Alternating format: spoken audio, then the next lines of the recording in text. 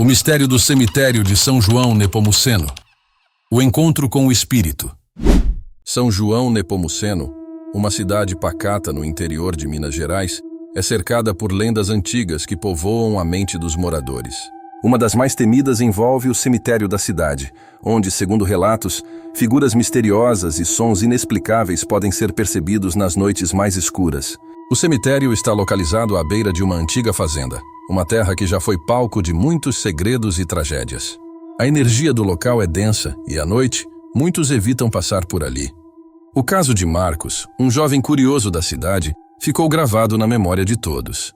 Durante anos, ele ouviu histórias sobre o cemitério de São João Nepomuceno. Moradores mais velhos falavam em murmúrios e figuras sombrias que atravessavam os túmulos. Muitos diziam que aqueles que ousassem se aventurar ali à noite poderiam nunca mais voltar. Marcos sempre foi cético e acreditava que as histórias eram exageradas, alimentadas pelo medo e pelas superstições da cidade. Certa noite, impulsionado pela curiosidade e pela vontade de desmistificar as histórias, ele decidiu ir até o cemitério. Com uma lanterna em mãos e o coração acelerado, Marcos cruzou os portões enferrujados e adentrou o local. O ar estava pesado e o silêncio era quase palpável. O som das suas botas pisando sobre a terra molhada era o único ruído, ecoando pelas fileiras de túmulos antigos. Ele caminhava entre os túmulos, olhando atentamente as inscrições nas lápides, até que algo chamou sua atenção. À distância, ele viu uma figura encapuzada, em pé entre dois túmulos. A figura estava imóvel, mas Marcos sentiu como se fosse observá-lo. Ele hesitou, mas, movido pela curiosidade, começou a se aproximar. A figura parecia não se mexer, mas, à medida que Marcos se aproximava mais, algo estranho aconteceu. De repente, a figura começou a se mover lentamente, com passos arrastados e sem pressa, como se estivesse esperando por ele. A tensão aumentava, e conforme Marcos dava mais alguns passos, a figura desapareceu diante dos seus olhos. Ele parou, atônito, tentando compreender o que acabara de acontecer. Por um momento, ele pensou que sua mente estivesse pregando uma peça, mas o que ele sentiu logo após foi algo impossível de ignorar. O ar ao seu redor ficou gelado, como se uma corrente de vento fria tivesse tomado conta do ambiente. Algo estava errado. Assustado, Marcos começou a caminhar rapidamente para fora do cemitério. Porém, quando chegou perto dos portões, uma sensação de pavor o tomou completamente. Ele olhou para trás e, para sua surpresa, a figura estava de pé à sua porta. A visão era inconfundível. A silhueta sombria o observava fixamente. Marcos não podia mais se mover, o medo o paralisou. Foi então que a figura apontou para o lado, como se quisesse que ele seguisse aquele gesto. Sem entender, Marcos olhou na direção indicada. Ao olhar para o lado, o que ele viu foi um túmulo muito antigo, que ele nunca havia reparado antes. Era de um homem que, segundo os registros da cidade, havia falecido há mais de 100 anos. O nome na lápide estava borrado, mas ainda era possível ler algumas palavras. O Guardião da Terra. O título parecia sinistro, e Marcos sentiu um calafrio percorrer sua espinha. Antes que ele pudesse examinar mais de perto, a figura desapareceu como uma névoa, sumindo na escuridão da noite. O silêncio voltou, mas o medo permaneceu. Marcos sentiu uma pressão intensa em seu peito, como se algo o estivesse observando. Na manhã seguinte, ele tentou contar a história para os amigos, mas ninguém acreditou. A história do espírito errante de São João Nepomuceno passou a ser um sussurro entre os moradores. Muitos começaram a evitar o cemitério, especialmente à noite. Alguns relataram ter visto figuras misteriosas e ouvido sons de correntes arrastando pelo chão. Os mais velhos, com seus olhos marejados, lembravam que o local sempre foi maldito e que quem ousasse perturbá-lo poderia acabar encontrando algo que não conseguiria compreender. Marcos nunca mais voltou ao cemitério, e desde aquele dia, ele sabia que algumas lendas são mais do que apenas histórias, são avisos do além.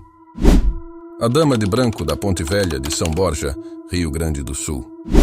Camila cresceu cercada por lendas urbanas em São Borja, Rio Grande do Sul. A mais popular era a da Dama de Branco, uma aparição que aterrorizava os que ousavam cruzar a Ponte Velha à noite. Ouvia-se que o espírito era de uma mulher abandonada no altar pelo noivo. Desesperada, ela se jogou no rio que corre sob a ponte. A lenda dizia que sua alma nunca descansou e que nas noites de neblina Ela surgia para assombrar aqueles que cruzavam seu caminho. Curiosa, mas cética, Camila sempre considerou a história um exagero. Até a fatídica noite em que ela e seus dois amigos, Tiago e Lorena, decidiram atravessar a ponte após uma festa. O ar estava úmido e a neblina densa. O silêncio era quebrado apenas pelo motor do carro e o som distante da correnteza do rio. No meio da travessia, uma figura surgiu na estrada, envolta em uma luz pálida. Vestia um longo vestido branco, desbotado pelo tempo. Camila notou que a mulher parecia flutuar alguns centímetros acima do chão. Tiago, que estava dirigindo, parou o carro abruptamente. Lorena soltou um grito abafado enquanto a mulher se virava lentamente para encará-los. Seus olhos, inicialmente humanos, começaram a se transformar em órbitas escuras, vazias, enquanto sua boca parecia sussurrar palavras incompreensíveis. Camila descreveu sentir um frio que atravessava seu corpo, como se a presença daquela figura drenasse toda a energia ao redor. Quando Tiago engatou a ré, a mulher desapareceu, mas ao olharem para o retrovisor, ela estava bem atrás do carro, imóvel. Camila, paralisada pelo terror, não conseguia sequer gritar. Então Tiago acelerou de volta para a entrada da ponte. A figura continuou a aparecer e desaparecer nos retrovisores até que finalmente escaparam. Camila nunca mais atravessou a ponte.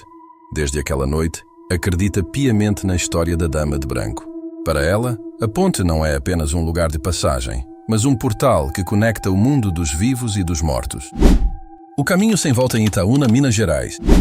Gustavo sempre amou aventuras. Ele e seus amigos eram conhecidos por explorarem lugares que muitos evitavam, e quando ouviram falar da Estrada dos Lamentos, em Itaúna, Minas Gerais, não pensaram duas vezes.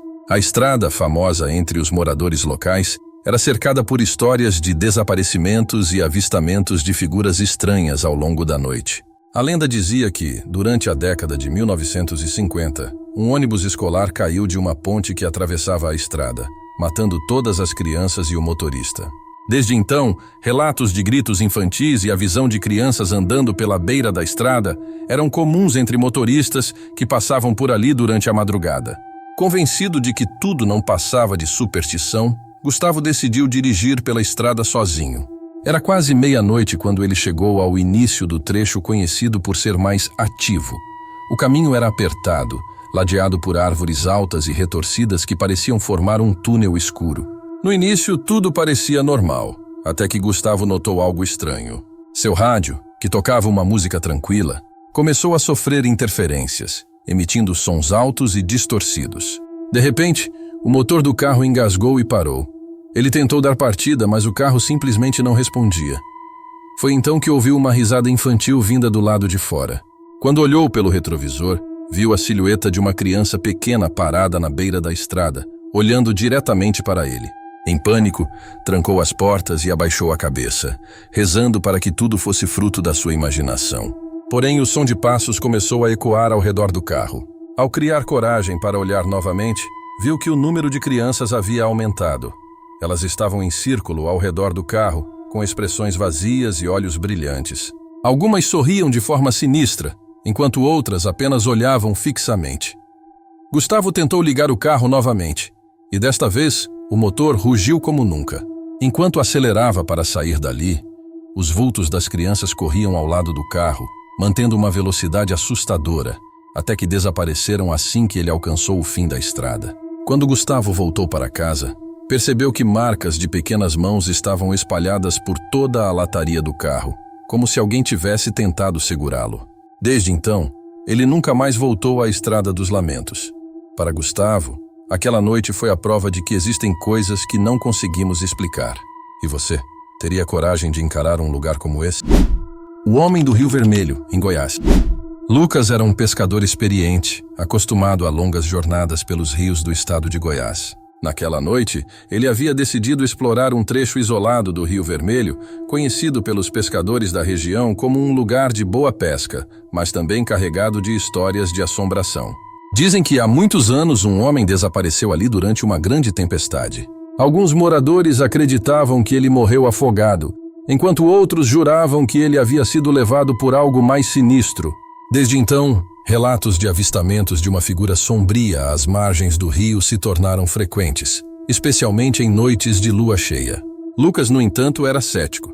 Ele viajava sozinho em seu barco de madeira, iluminado apenas por uma pequena lanterna pendurada na proa. Por volta da meia-noite, quando tudo parecia calmo, ele percebeu algo estranho. A água, que antes fluía suavemente, ficou inquieta, como se algo enorme estivesse se movendo embaixo do barco. O silêncio da noite foi interrompido por um som grave, quase como um lamento, vindo da margem. Lucas ergueu a lanterna e mirou na direção do barulho, e foi então que viu uma figura. Era um homem alto, com roupas encharcadas e uma expressão inumana. Seus olhos eram 2 pontos brilhantes, refletindo a luz da lanterna. Sem entender o que estava acontecendo, Lucas tentou remar para longe, mas o homem desapareceu e, instantaneamente, o barco começou a girar em círculos, como se fosse puxado por uma corrente invisível. O som de passos pesados ecoava ao redor dele, mesmo estando no meio do rio. Quando Lucas olhou novamente para a margem, o homem estava lá, parado, observando-o. A figura ergueu o braço lentamente e apontou para o rio. Nesse momento, Lucas viu algo emergir da água, uma mão ossuda segurando a lateral do barco. Em pânico, ele cortou a corda do remo e ligou o motor, fugindo dali o mais rápido que pôde. Ao chegar em segurança, notou marcas de dedos úmidos e lama por todo o barco, como se algo realmente tivesse tentado puxá-lo para dentro do rio. Desde aquela noite, Lucas nunca mais voltou ao Rio Vermelho. Ele conta sua história como um aviso. Nem tudo que parece ser apenas água esconde tranquilidade.